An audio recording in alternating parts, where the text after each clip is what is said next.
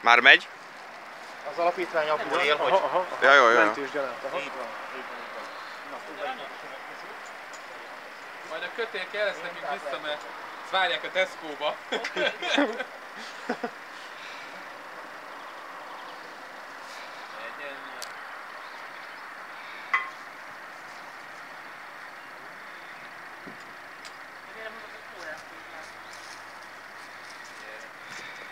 De menjek?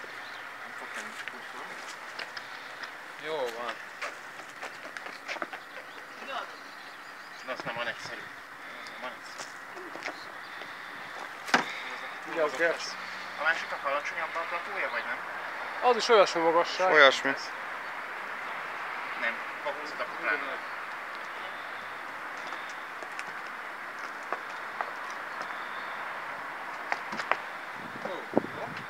Jaj, de ügyes, a drága.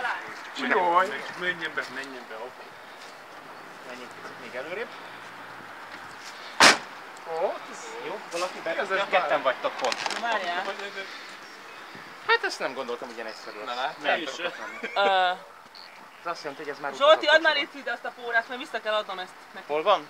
Ott elő? Mondom, hogy kedves bármi, mi már megszelítettük még. Meg.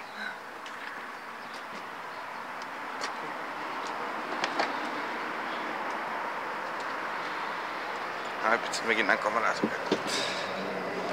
Szia, járőrtáska. már csak csillognak itt. Fogom és kizárom a pórát. Jó Zsolti, ezt így kizárom és akkor nem tud előre jönni a fejemhez. Az nem jó? Nem hátulra meg tudod kötni? Vagy oldalra, amodal túloldalra teljesen? Szállj róla. Jó van, elég szerintem Balázs. Oké.